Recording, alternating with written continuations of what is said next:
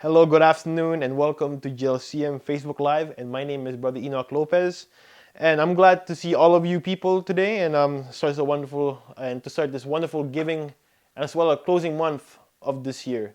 And today, as we all know, that this pandemic had triggered us in many ways, and especially when it comes to financially, a lot of people seek satisfaction. Unfortunately, they end up being greedy.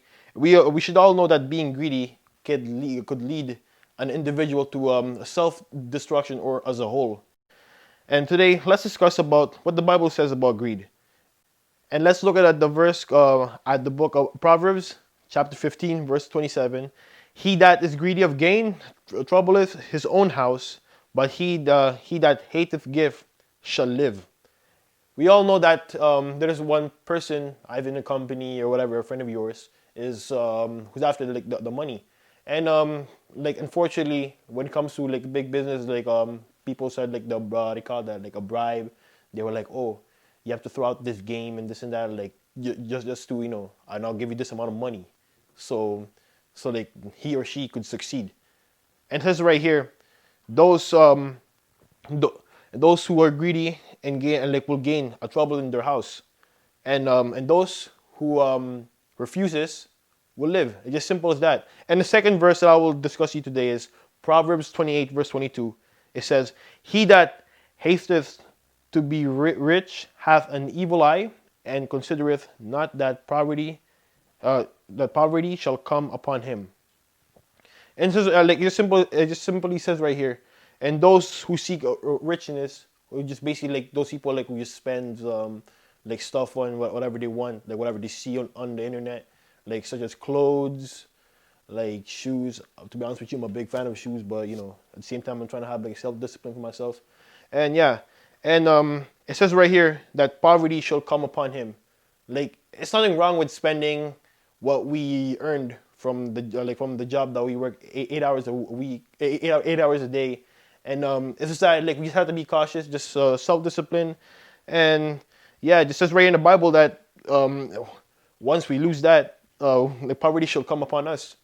And the last verse is Mark chapter 8, verse 36. For what shall it profit a man? It shall gain the whole world and lose his own soul. It says right here, what's the use of gaining the whole world and all its richness? We all know that in the history, like all those like the largest empire in the whole world that ever established in the history, such as the Roman emperors, the basically like those who expanded the land, and those who made a huge impact on the human history. They all gained the power and all the richness of the world could ever have, and like the fame, and yet they lose themselves regardless of the situation. Either they got murdered, they were sick, and the worst part is they barely got to enjoy it because all they do is just work for it. Like all you do is work, repeat, and the next thing you know, like they lose it all. Like it's nothing. It just all fall into to the ashes.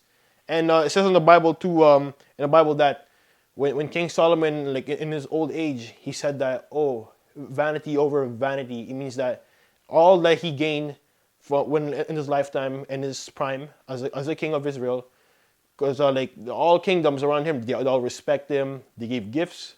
They asked for advice. Or like some people would just come around would just come over to like his country and ask for help, either like whatever it is. And yet it says it's all for nothing. All this richness, all this power, this fame is for nothing. And yeah, and we should all know that let's not chase life or money. Let's pursue God because God is the source of life. And in the end of the day, we should all come to realization that everything that we desire in our hearts won't last forever. From now on, let's be grateful and thankful for what we have and what we get. And thank you for listening to me. And God bless, and see you next Friday.